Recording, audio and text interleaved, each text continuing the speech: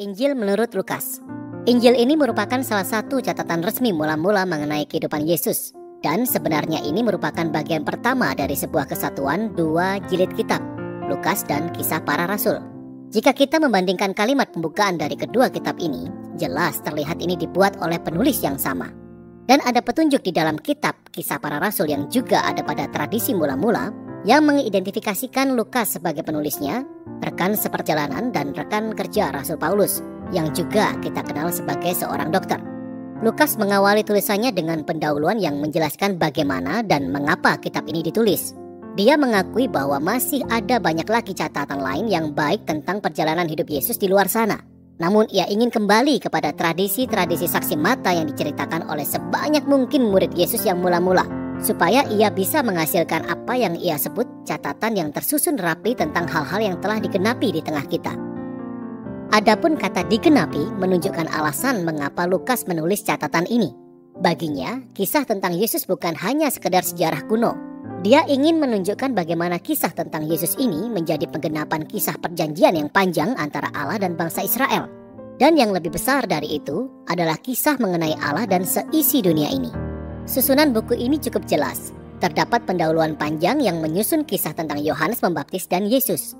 Kemudian pada pasal 3 hingga 9, Lukas menyampaikan gambaran yang kuat tentang Yesus dan misinya di tempat asalnya, Galilea. Setelah itu, bagian tengah buku ini, yaitu bagian terbesar, menceritakan perjalanan panjang Yesus ke Yerusalem yang menuntun kita kepada klimaks cerita. Minggu terakhir Yesus di Yerusalem yang membawanya pada kematian dan kebangkitannya. Dan ini berlanjut ke kitab Kisah Para Rasul. Pada video ini, kita hanya akan berfokus pada paruh pertama Injil Lukas. Kelanjutan dari pendahuluan kitab ini menceritakan kemiripan antara kisah kelahiran Yohanes Pembaptis dan Yesus. Di situ ada pasangan manula Imam Sakaria dan Elisabet, dan juga ada seorang gadis perawan Maria dan Yusuf.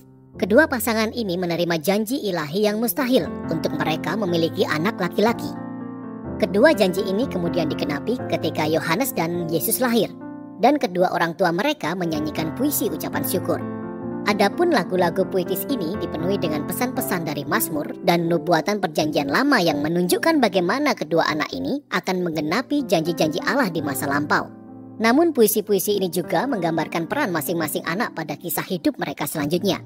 Jadi Yohanes adalah nabi yang dijanjikan dalam kitab Taurat dan para nabi, yang akan mempersiapkan bangsa Israel untuk bertemu dengan Allah mereka. Dan Yesus adalah Raja Mesianis yang dijanjikan kepada Daud, yang akan membawa pemerintahan Allah atas Israel dan berkat Allah kepada bangsa-bangsa seperti yang dijanjikan kepada Abraham. Setelah ini, Maria membawa Yesus ke bait Allah di Yerusalem untuk diserahkan kepada Tuhan dan dua nabi senior, Hana dan Simeon.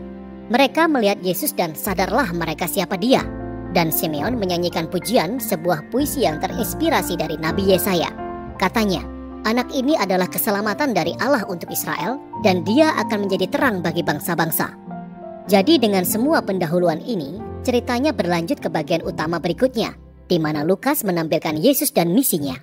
Lukas memulainya dengan gerakan pembaharuan Yohanes di Sungai Yordan, di mana dia memanggil petobat baru, mengembalikan Israel kepada keberadaan mereka melalui baptisan. Dia sedang mempersiapkan kedatangan kerajaan Allah. Dan kemudian, Yesus tampil sebagai pemimpin Israel yang baru dan dia ditandai oleh Roh Kudus dan suara Allah dari surga. Dialah anak Allah yang dikasihi.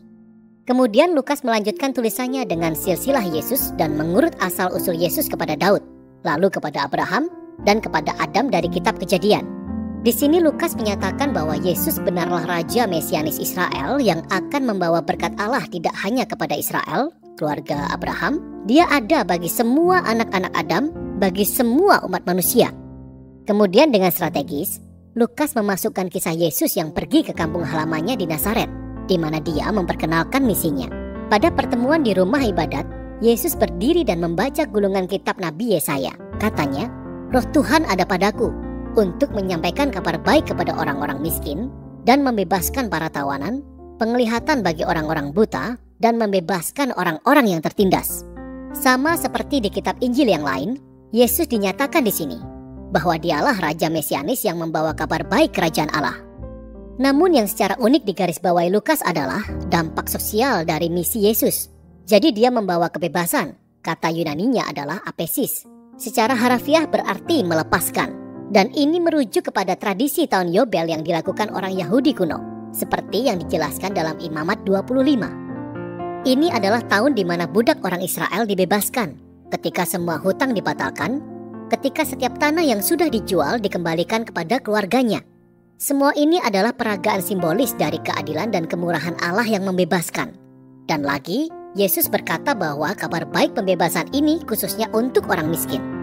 Adapun dalam Perjanjian Lama, yang dimaksud dengan orang-orang miskin atau dalam bahasa Ibrani, ani, bukanlah sekedar orang-orang yang tidak memiliki banyak uang, tetapi juga merujuk pada orang-orang yang memiliki status sosial rendah dalam budaya mereka, seperti orang-orang cacat, para wanita, anak-anak, dan orang tua.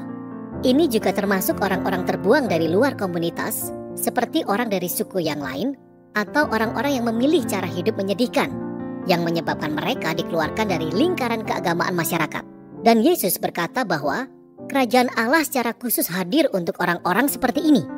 Jadi setelah ini, Lukas segera menyajikan di depan kita sekumpulan besar cerita yang menunjukkan seperti apakah kabar baik dari Yesus bagi orang miskin itu.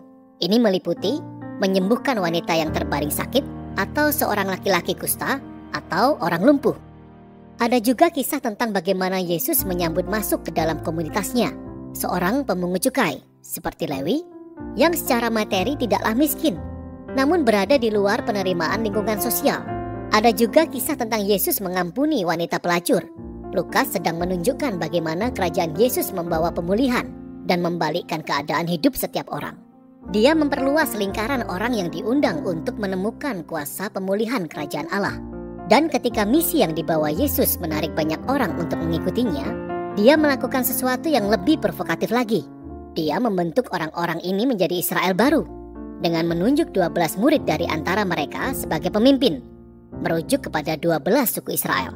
Dan kemudian Yesus mengajarkan manifesto kerajaan pembalikan keadaannya, atau yang disebut Lukas dengan khotbah di bukit. Dia mengatakan, kasih Allah bagi orang-orang terbuang dan miskin berarti bahwa kerajaannya membawa pembalikan terhadap semua sistem nilai kita. Yesus hadir untuk membentuk sebuah umat pilihan Allah yang baru, yang akan meresponi undangan Yesus dengan cara menunjukkan kemurahan hati yang radikal dengan melayani orang miskin. Orang-orang yang akan memimpin dengan melayani dan hidup dengan pendamaian dan pengampunan.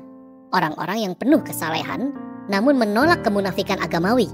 Sekarang visi kerajaan yang radikal dari Yesus telah menegaskan otoritas ilahi, dimulai dengan menimbulkan perlawanan dan kontroversi, khususnya dari para pemimpin agama Israel. Penjangkauannya kepada orang-orang yang dipertanyakan menjadi ancaman bagi tradisi agama dan ide stabilitas sosial mereka. Karena itulah mereka mulai menuduh Yesus telah menghujat Allah, menjadi pemabuk, dan duduk berbaur dengan orang berdosa. Dan bagian ini pun mencapai puncaknya dalam sebuah penyataan baru ketika Yesus menyingkapkan misinya kepada para murid. Dia berkata, benar, dia adalah Raja Mesianis, dan dia akan menyatakan pemerintahannya atas Israel dengan mati di Yerusalem, dengan menderita sebagai raja yang menjadi hamba, seperti yang tertulis dalam Yesaya 53, yang mati bagi dosa-dosa Israel.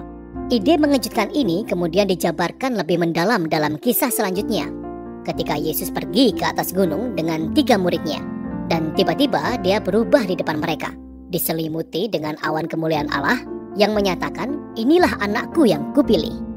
Kemudian Musa dan Elia ada di sana, 2 nabi lainnya yang pernah mendengar suara Tuhan di atas gunung. Dan Lukas memberitahukan kita bahwa mereka sedang berbicara tentang kepergian Yesus yang akan digenapinya di Yerusalem. Adapun dalam bahasa Yunani, kata Exodus artinya kepergian, dengan jelas merujuk kepada kisah Keluaran. Di sini Lukas sedang menggambarkan Yesus sebagai Musa yang baru, yang akan memimpin umat Israel yang baru dibentuk itu kepada kebebasan dan melepaskan mereka dari tirani dosa dan kejahatan dalam segala bentuknya, pribadi, rohani, dan sosial. Dan ini akan menuntun kita pada paruh kedua dari kitab ini. Namun untuk sekarang, inilah paruh pertama Injil menurut kitab Lukas.